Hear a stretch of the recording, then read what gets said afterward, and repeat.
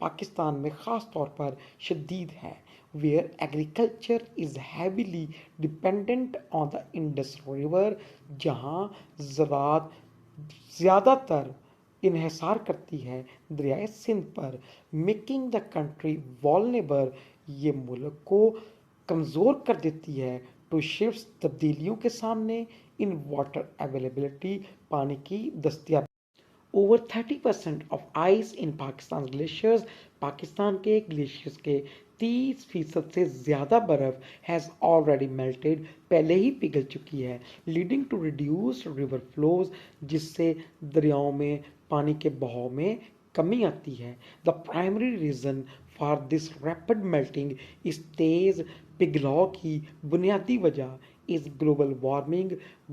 warming ہے عالمگیر گرمی ہے وچ انکریزز ٹیمپریچرز جو درجہ حرارت کو بڑھاتی ہے کاسنگ گلیشیئرز ٹو شرنک اور سبب بنتی ہے گلیشیئرز کے سکڑنے کا فاسٹر زیادہ تیزی سے دین دے کین ریجنریٹ اتنی تیزی سے جتنی تیزی سے وہ بن ایڈریس دیز چیلنجز ان چیلنجز سے نمٹنے کے لیے پاکستان ہیز امپلیمنٹڈ پاکستان نے لاگو کیا ہے the global lake outburst flood project global lake outburst flood منصوبہ انڈر ایس